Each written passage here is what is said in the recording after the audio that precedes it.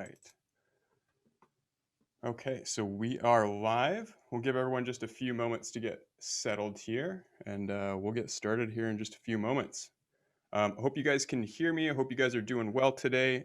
If you guys are joining us from elsewhere, let us know in the chat where you're coming from, and if you can hear us, if you can see us, all that good stuff. And we'll get started here in just a few seconds. Appreciate you guys hanging out with us today. I know you got lots going on this busy Thursday, but we appreciate you taking the time to join us. We'll actually just go ahead and get started here.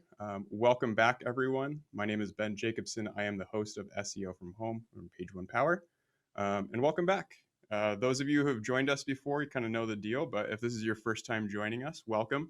SEO from Home is a series that we put together about this time last year when things started going into lockdown. And it's really our effort to try to keep the SEO community connected. It's something where we're talking with a variety of different topic experts from around the industry, whether that's going to be inside of SEO, whether that's inside of paid search, a whole bunch of different things. And what we're really looking to do is to share some really actionable insights with you guys, the community, as we kind of go along. And it's been going really great so far. We've had the opportunity to talk with a lot of people that have just offered some really amazing, insightful information that helps you guys rank your websites a little bit better. So for today's episode, that's going to be no different.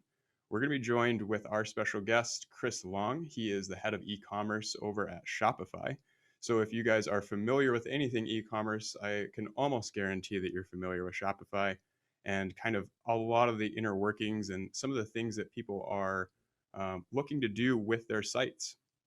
So that being said, I wanted to first let you guys know if you have questions for us today, we would love to see what kind of questions you have and see if we can maybe stump Chris a little bit and see if we can kind of drive the conversation a little bit so that we can be providing you guys with the most actionable takeaways today. If you look at the bottom of your screen, you'll see that there's a chat icon. There's also a Q&A option. If you have questions, feel free to pop those down there. And what we're looking to do is we're just wanting to have a good conversation today and hopefully provide you guys with some great takeaways. So without any further ado, Chris, I would love to hear what we're going to be talking about today. Appreciate it, Ben. Yeah, great to be on the show. It's really excited to kind of jump in and start talking about the topic, which is Shopify SEO.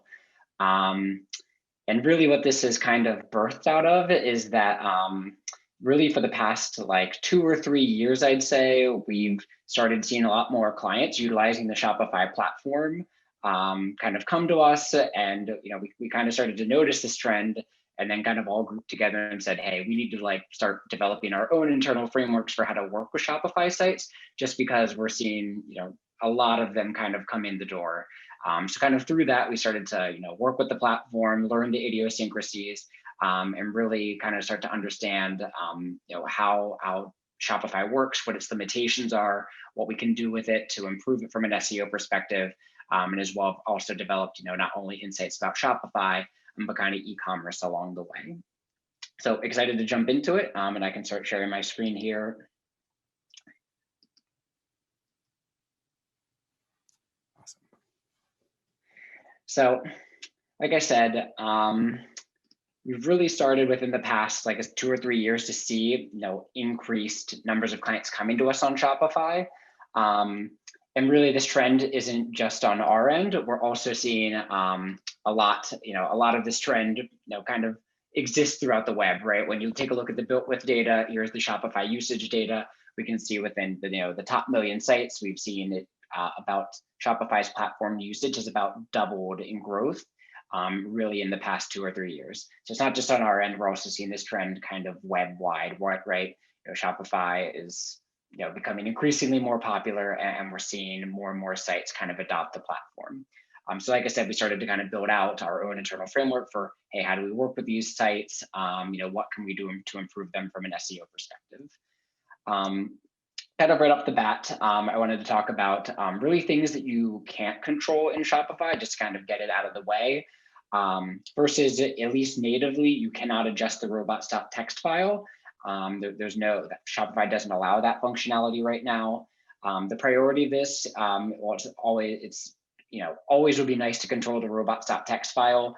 Generally, a lot of the sites we work with on Shopify are a bit smaller. They're not like those really large Magento style sites. However, it still is a limitation, right? If your site creates URLs that you don't want Google to crawl, it's definitely a sizable limitation of the platform that you can't adjust the robots.txt. Same with the log files, you cannot access the log files. Shopify doesn't really allow for that either. I believe there's some literature out there actually by Dan Taylor that talks about how you can hook up Shopify to something like Cloudflare Workers and then pull the logs. But once again, natively, you cannot pull the log files from Shopify. Once again, a bit of a limitation kind of from an e-commerce perspective, is people really would like to be able to analyze, hey, what's Googlebot crawling and what's it not crawling on my site. And third, one of the more limiting aspects from an SEO perspective is the URL structure. You basically have to follow Shopify's guidance. So for any category page, we'll generally have the collections URL path. Products pages will have products in the URL path. And then probably maybe one of the more limiting ones is any kind of standard marketing page. So, your about pages have pages in the URL path as well. I believe the blog posts, your blog section, that also you have to kind of use their rules for how you structure the blog. And oftentimes it creates a little bit less clean URLs from an SEO standpoint. So just another kind of limitation, especially if you're migrating to the Shopify platform. It's really good to be aware that you are probably going to have to change your URL structure, right? Unless you're already, for some reason, using this URL structure. If you're migrating from another platform, if you're migrating from WooCommerce or Magento or whatever the case may be, you have to follow these rules, these URL paths, meaning that you will have to actually implement 301 redirects in order to migrate. So those are kind of some of the limitations that you really can't change immediately. But I want to talk about kind of what are some of the other idiosyncrasies with the Shopify platform and how can we improve the optimization for those, maybe some idiosyncrasies. Yeah, The first thing we'll talk about. Oh, sorry. Go ahead. I was just going to say that fits in really perfectly. Last SEO from home, we were talking with Morty Oberstein from Wix about specifically the benefits of choosing a closed CMS and having a platform that does have some of these limitations and actually some of the benefits that can come from that. So just I thought that was just kind of an interesting aside. So great job dovetailing that in nicely, Chris. That's awesome. Yeah, so one of the big issues with Shopify, with the Shopify platform, is within the duplicate content that it creates. It's probably one of the biggest weaknesses of the Shopify platform, just in my opinion. Something that a lot of SEOs need to be aware of is if you're going to utilize Shopify, it does create some duplicate content out of the box, or kind of gives SEOs the opportunity to create duplicate content. The first area where it creates duplicate content is especially when it comes to product pages. For those that don't know, in Shopify, every product that you create is going to create two new URLs. One at the products URL path, that's the good one, the page we want to be in Google's index, and then one at the URL path collections / products. That's the duplicate page, the one we want to discourage Google from actually crawling and indexing. So to see an example of this kind of in the wild, here's an example of a standard Shopify category page. And let's say, for the sake of argument, we click on the very first one, the product for selvage denim hack. And we can see that immediately we're taken to the duplicate version, right? The one with collections and products in URL path. Once again, that's the unideal URL, the duplicate one. However, when we inspect the canonical tag of that page, we can see that the canonical tag actually references the correct URL path, right? We can see it has products in the URL. And then, of course, if we click on this link, we're then taken to the correct landing page, the one with just products in the URL path. So what the macro implications of this are is that on your site's category pages, every single link to a product page is going to be a link to a duplicate piece of content, right? And that's kind of an SEO issue for a couple of different reasons. One, duplicate content just isn't good for SEO, right? It dilutes link equity signals. It basically makes Google have to choose between, which URL do I want to rank. Having duplicate content is never ideal from an SEO standpoint. And canonical tags, as we know, are a hint and not a directive. So Google can and does often ignore canonical tags. And in fact, we've had several examples where we've seen the duplicate product pages on Shopify actually just get indexed in Google because Google just straight ignores the canonical tag. The second reason this is an issue is because this basically creates conflicting signals between your crawling and indexing, or your internal linking and your indexing signals. So your internal linking signals are saying, hey, come crawl these pages. These are the primary ones that we're linking to on our site. But your indexing signals are saying, hey, don't index these pages. Actually go index these pages over here at the set canonical tags. And that's probably one of the reasons why, in some cases, we've seen Google actually index the duplicate URLs, because you're setting your site's entire internal linking structure and architecture around duplicate pages. So fortunately, there is a quick fix for this, and actually a relatively easy one, to ensure that your Shopify site doesn't link to these duplicate URLs. What you can do is adjust what's called the product grid items file. It's a liquid file within your Shopify themes. And what you can do is basically make this HTML line replacement. It's generally pretty quick for a developer to do. And it will automatically ensure that all of your site's category pages automatically link to the canonical product pages. With this basically switching one line, you can immediately fix, tens of hundreds of internal links to duplicate pages. It's almost a must-have, to do for any SEO campaign as soon as you, create a Shopify site. We generally recommend a developer does this because technically this logic does change depending on how the theme is structured. So we do like to have a developer on hand to make this adjustment. However, if you have moderate knowledge of HTML, you can most likely go and make this adjustment yourself with maybe just a little bit of playing around. So that's one of the big ways you can immediately fix a lot of the duplicate content on Shopify. It's just making that straight adjustment. Another way that Shopify often creates duplicate content is within tags. On Shopify's product pages, you can actually set different tags. You can say, this product, these are the blue products. These are, our products for babies, whatever the case might be. But unfortunately, these tags can oftentimes create either duplicate or thin content, which obviously is not ideal from an SEO perspective. Here's kind of an example of this. Here's a category page for whole bean and ground coffee, and we can see they link to 3 different product URLs. This is at the URL up top. You can see we're at Fair Trade Specialty Coffees. And what we found that this site did was that this site actually applied a tag to all of their products, which is a bit of a generic tag called coffee.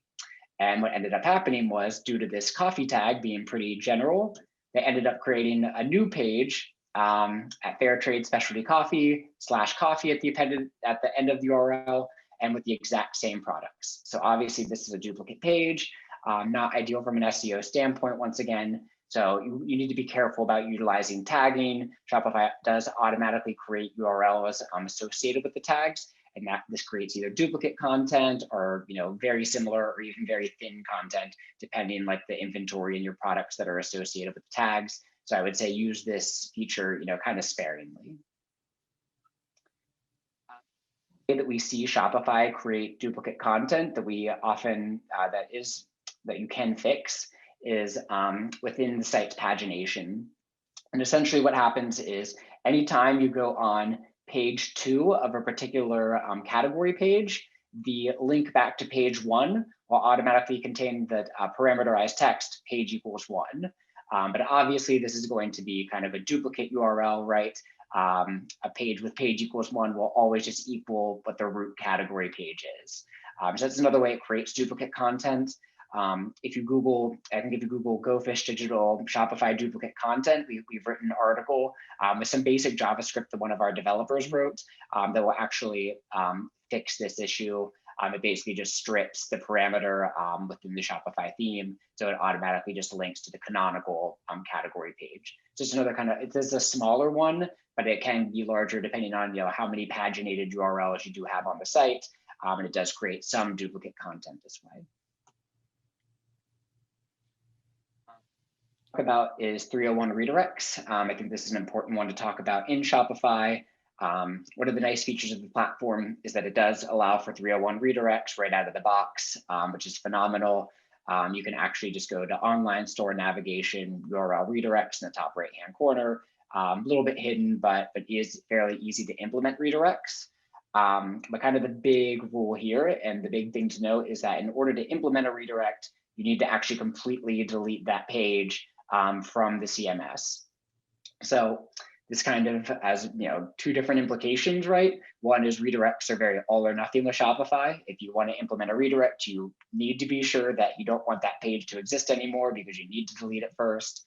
The second is you might not be able to redirect all the URLs that you want to. So if you're using redirects as a way to get things out of the index, you might not be able to do that for all URLs. So let's say, for example, there are auto-generated pages created on your Shopify site, whether it's through breadcrumbs, even through something like tags, and you can't actually physically delete that page in the CMS, then you might not be able to redirect it. And if you're looking to take it out of the index, you might need to look at other options like, adding the no index tag through the Shopify theme instead. So just be aware of that. If you want to implement a redirect in Shopify, URL needs to be completely removed from the CMS in order to do that. Thing I want to talk about is site performance. Site performance is probably one of the questions we get asked the most when it comes to Shopify is, how do I make my Shopify site faster?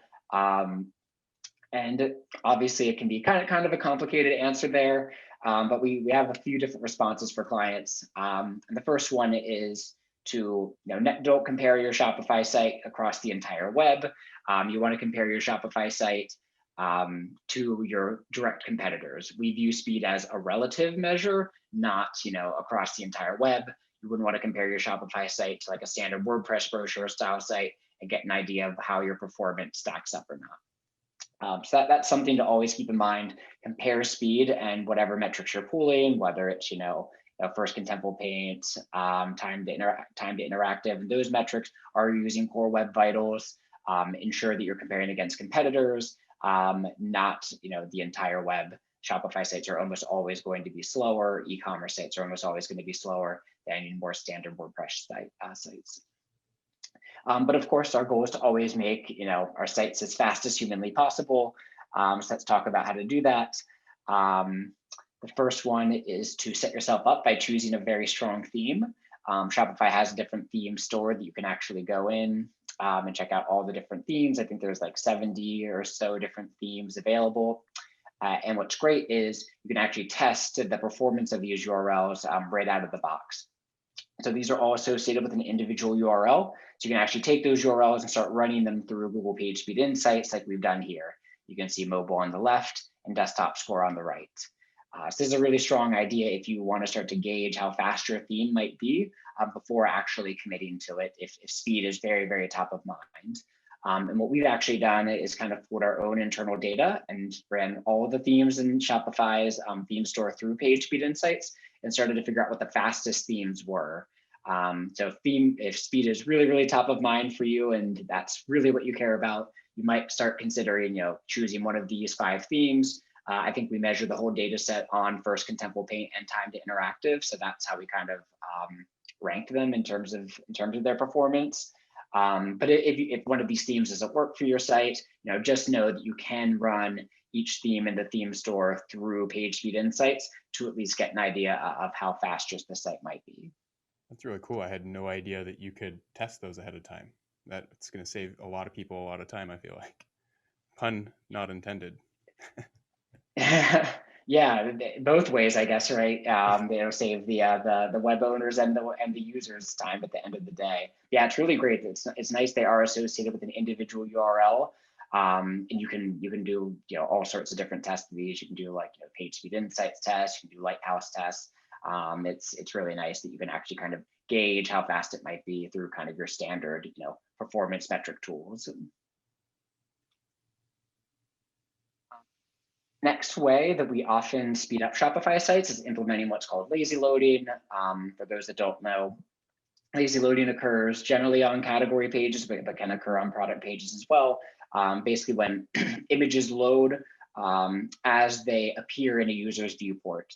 That saves time as the browser doesn't need to load all the images at once. It only loads the images as they're served to the user. And really the best way that we found to implement this on Shopify is just when it's using the LAZYSIZES library. Fantastic library, works amazing with Shopify right out of the box. We do have developers generally implement this. It's a fairly straightforward implementation for them. You can find the LAZYSIZES library at that URL or just searching LAZYSIZES in Google. Really fantastic way to immediately implement lazy loading. And we've seen it work pretty well with a lot of our clients. Next thing you can do is to optimize images, right? With really any e-com store, we like to try to do this at scale, right? Especially the larger the store, the more you're going to need to figure out how you can make implementations like this at scale. We do use an app oftentimes, especially for larger stores. We'll use the app CRUSH.PICS. It's a pretty good one. It actually goes similar to a Smosh on WordPress, and it automatically starts compressing a lot of your images for you as well. If you upload, if you have CRUSH.PICS uploaded, as you upload new images, those will automatically get compressed as well. Maybe great for larger stores, especially where you don't want to do manual optimization of images. You want some automated solution that's at least going to give you some level of compression before you upload your site's images. The final part of site performance, and probably the most challenging one, is to really try to limit third-party JavaScript. And this is the reason, right, that a lot of Shopify and e-commerce sites in general are going to be slower. It's just because all the different technologies that they use, right? You have all the different teams that want all of these different platforms and technologies. Like the data team, they want all the different tracking pixels on the site. The marketing team wants the pop-ups and the upsells. And then customer support wants the chatbot, right? But all of those different technologies that add up, there are different requests that the browser needs to make. There's additional content that needs to be loaded on the site, right? And then obviously they can add JavaScript, which then can be render blocking and all that good stuff. So really the best way we found is to take your store, run it through PageSpeed Insights or use Chrome DevTools, whatever your kind of tool choice is, figure out which technologies are really slowing down your site, and then just kind of present it to the different teams and start to have honest conversations. Take a look at your list and say, hey, are we using these technologies? Are they must-haves? Are they nice-to-haves? Or do we really not use them at all? And kind of from those conversations, then you can start to make determinations and say, hey, we really don't use this. We know it's coming at a performance cost. We plan on eliminating it, or we think there's a later way option. Or even just it's helpful to have those conversations and say, hey, we use this a lot, but at least we're aware that using this technology comes at a performance cost for us. So at least you can have that knowledge. Is there something that you've seen that like typically you're noticing like a trend almost where it's like, hey, we're seeing that X type of JavaScript request is causing major differences in load time. Is there like any sort of trends that you're noticing as you guys are going through a lot of these different sites, or is it kind of like a case by case and maybe even industry by industry thing to consider each time? So I would say it's SEO, so a lot of it can be case by case. The strongest is going to be when you can figure out what's slowing your particular site down the most. That's going to be when it's the most powerful. I'm glad you brought that up because this is actually like a list of some of the slowest apps that we find on Shopify just from some of our tests. Obviously, tailoring your analysis to your specific site is going to be the strongest. But maybe if you aren't confident in or aren't as confident running that analysis, if you're running one of these technologies, like Lucky Orange, we found like oftentimes gets flagged by PageSpeed Insights for having much heavier load times. Yapo, which is a very, very popular technology on Shopify, actually does slow the site down a bit. So it's worth noting if you're using some of these technologies, hey, these might be things we need to immediately look at and at least be aware that there's a performance cost. So yeah, that's a good question. These are some of the technologies that we found associated with it, but obviously it's best kind of reviewed on a site-by-site basis. Awesome. I think the next thing we can get into is talking about Shopify's structured data on Shopify. Obviously, a huge topic in SEO right now is structured data. Structured data is, even more important, I'd argue, for e-commerce sites than maybe even your standard styles, even more standard sites. For those that don't know, structured data is basically just code you can add to your site that basically tells Google, what that page is and what it's about. Generally, in our experience, the point of structured data is to just give greater clarity to Google. Obviously, Google can crawl a page, and interpret the information on it. We found, especially when you're dealing with scale, the less work you have to make Googlebot do, generally the better, the less things are likely to get mixed up. So we definitely encourage utilizing the structured data on Shopify or really all e-commerce sites. Here's kind of like our ideal e-com like structured data mapping. Product pages would get product structured data, category pages would get collection page or offer catalog schema, blog posts would get article structured data, and it can be nice to have organization schema on the home page. So that's kind of our mapping for all e-commerce sites. I'll kind of dive into the first two because they're just generally mapped to the most important pages on any Shopify or e-com site. So product structured data is structured data that's going to tell Google, hey, this is a product and here's key information about the product. Here's the name, the description, the price, the SKU information. It also often contains, aggregate rating properties, which then gives you the rich results with actual stars in the search results. So that's product structure data. And when it's on your Shopify site or any e-com site, it should look like this, where you run it through, your testing tool of choice, and there's only one element that appears. Really commonly on Shopify sites, we'll see it look more like this, where multiple technologies are inserting the structured data onto the page. So here you can see an example of two product structure data elements, both that are kind of like incomplete. One is getting inserted through an app and the other is getting inserted through the theme. And that's really common on Shopify sites, is the theme will automatically create structured data for you. Oftentimes it's a little bit incomplete. And then if you add something else, like Yapto will often add structured data. There's specific structured data apps that a lot of sites will use. And then it kind of creates competing elements on individual pages. Yeah. So just be aware of that. We had a question that came in that I think that is perfectly right in line with that. They ask, can you have more than one structured data per page? So in a product page, you would have product structured data as well as like FAQ structured data. So is that kind of the same thing that you're explaining here, where you're having multiple instances of product schema, but it sounds like this is maybe, can you have varying types of structured data inside of there? A really great question as well. So if it's the same structured data, as long as I'm generally more okay with it if it's one structured data type. If you have one structured data like instance per type, so you only have one product structured data and then a separate FAQ page structured data, I think that's okay. Google's probably going to read that. Technically, I would imagine if you're going by the book, the best way to do it is to try to like stitch your structured data all together into one property. I think that's probably like the technically best way to do it. If you've ever used a WordPress site or something and you've used Yoast, that's what Yoast does, where it stitches a lot of that your structured data elements together by using properties like has part or is part of. That might be like the technically best way to do it. But generally, I think it's okay if there's multiple elements. I just try to eliminate, multiple duplicate elements. So 2 product structured data, 2 FAQ page structured data, whatever the case might be. I try to eliminate those types of instances.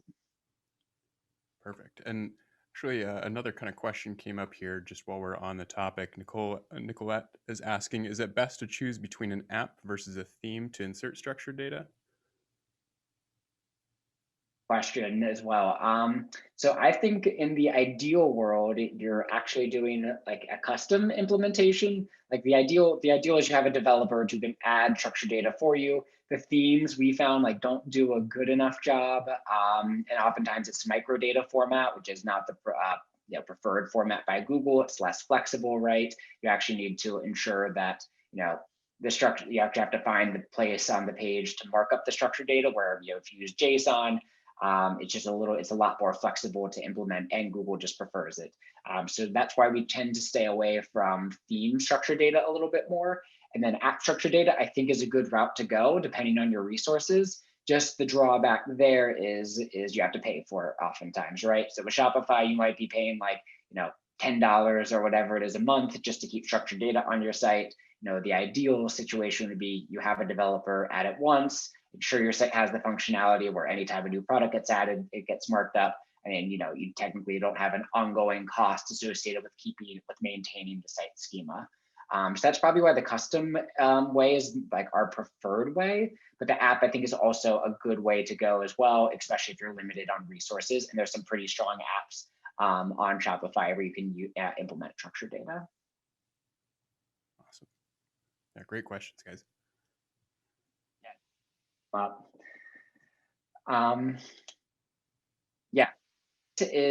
So moving on, this is an example of a category page on an e-com site. So you can see here, right, this is the client's Dahlia's page, and you can see they have 3 different products that they mark up. And we can actually mark these category pages up with what's called collection page structured data. It's a really cool structured data type. It basically tells Google this is a collection of different items, and here's information on each one. It'll list the name of the item, the URL. If you can see that position property there, that's its position on the page. So whether it appears, first, second, third, fourth, or 18th in the series, and you can start to actually mark up, your category pages, which is really fantastic to do. I believe there's been studies run by a search pilot that have actually shown adding the structured data did cause statistically significant increases in organic traffic on e-com sites. So this is a really good option if you want to start marking up category pages. I haven't seen a lot of too many SEOs talk about it as much, so something that you can consider adding if you're on the Shopify platform. Like as we talked about before, there are really strong apps for implementing structured data on Shopify. Like I said, I think my preferred route would probably be to have a developer implement, but if you can't, the Schema app is incredible. It works really, really well out of the box. So on your homepage, it'll map your structured data like this. Homepage will have organization structured data. Product pages will have product structured data. Category pages will have offer catalog schema, which is similar to collection page, and then blog posts will get blog posting structured data. So once again, it works really, really well out of the box. They have really phenomenal support, so you can ask them questions, and their team will actually help with the implementations a lot of times. As well, it also has functionality to strip out any of the schema that Shopify themes might insert. So you can even do that automatically without even maybe utilizing a developer. So a really good option, especially if you have, if your dev resources are a bit constrained. It is a paid option. So you can see there it's $15 a month. So that is kind of the one drawback of going the app route. Once again, maybe something to consider when dev resources aren't readily available for you.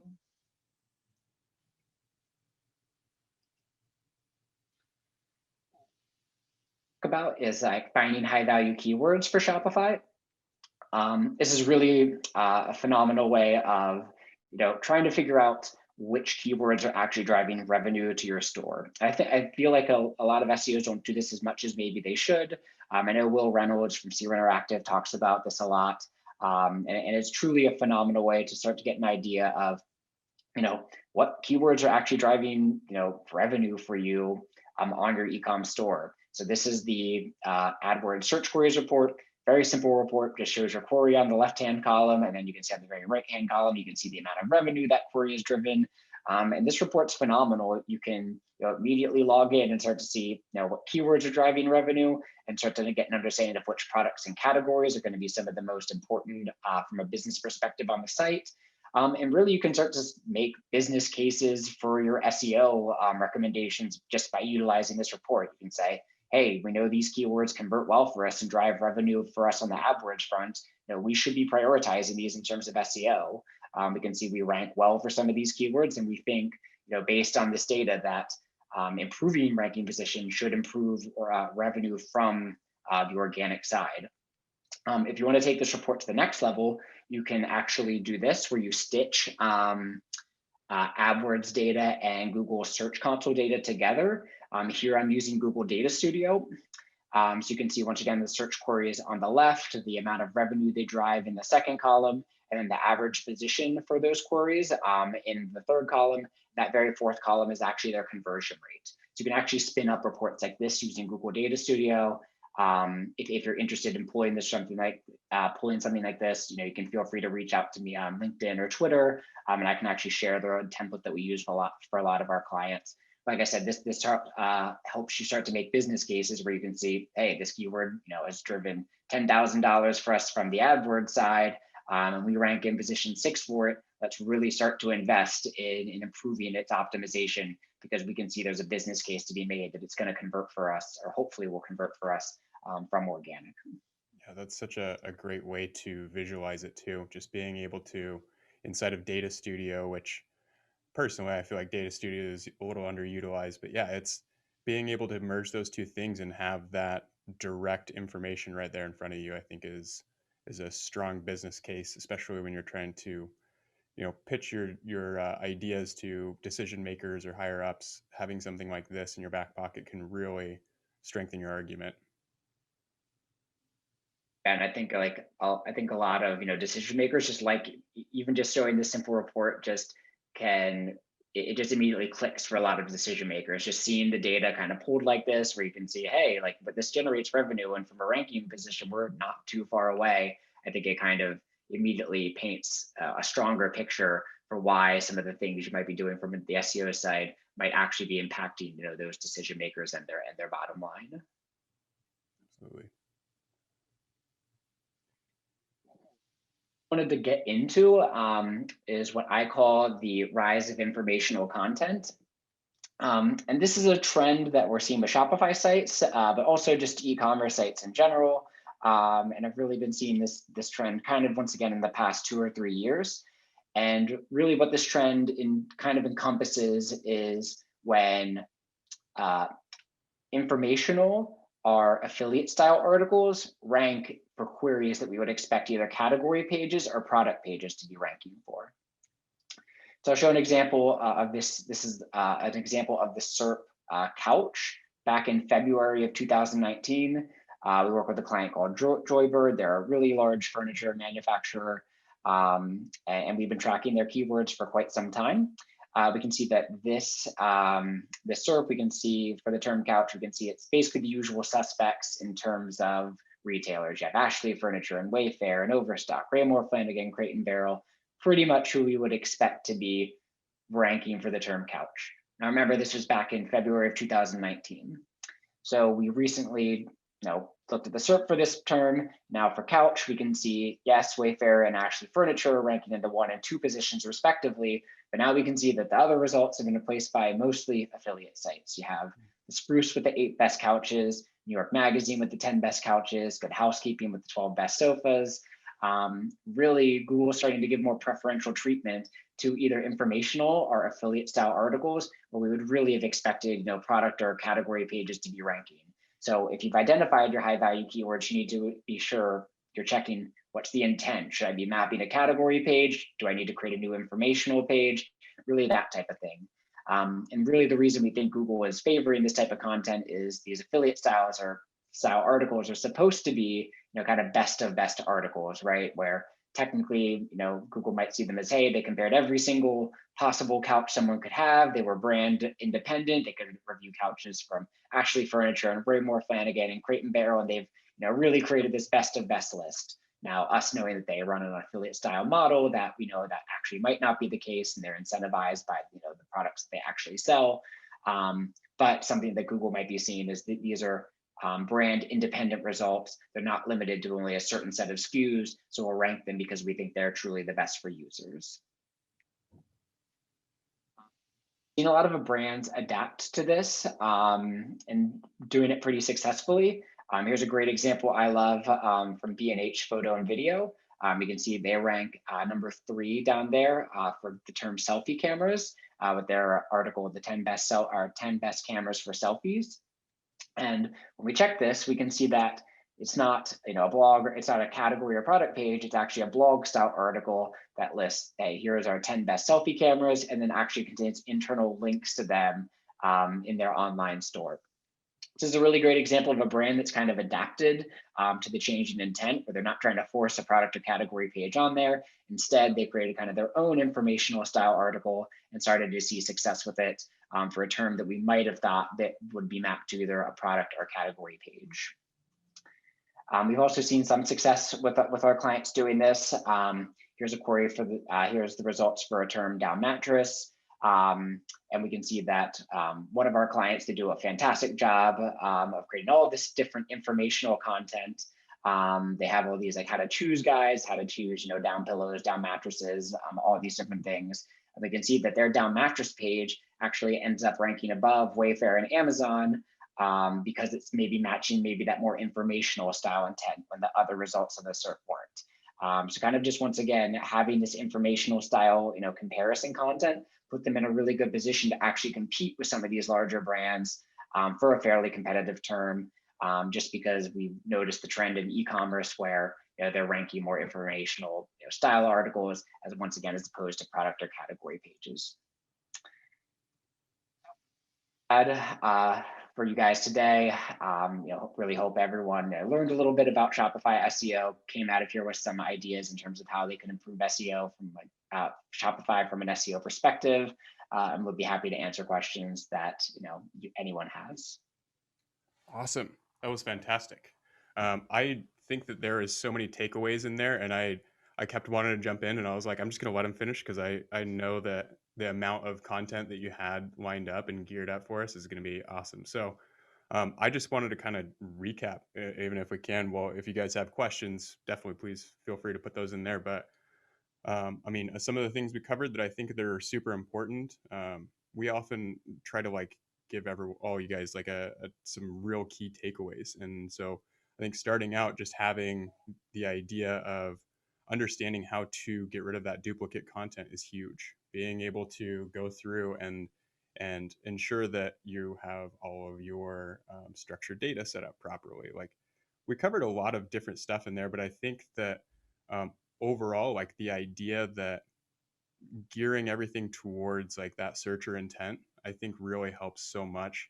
And like it can really make such a huge impact on like the example that you just showed with the mattresses and with the furniture. Like if you're gearing things towards the intent of what people are actually interested in, then I mean, you have a chance of winning even with a less authoritative site in a much bigger space against much more authoritative companies. So I think that is massive from the content perspective, but also just some of the more technical aspects that we brought up. Those simple fixes, those are things that you guys can do like now, like today. We can get that started, like the structured data, like getting rid of those duplicate pieces of content and making sure that like your tags and everything are managed.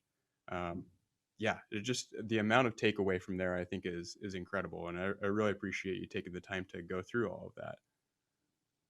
It looks like we don't have any more questions coming through, which is fantastic. I think the amount of content that we went over and like those like super concise points, I think are going to be like something that is going to be really valuable for a lot of these people long term.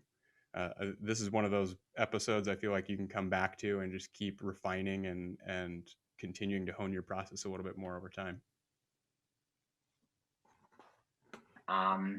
Yeah, and like you said, a lot like with the searcher intent, I think that can be a really great takeaway for people. I think one of my biggest, advice, like some of my biggest advice for anyone, whether you're in e-commerce or whatever aspect you do of SEO, is really start with that searcher intent when you're kind of identifying your content strategy. I think it's talked about a good amount.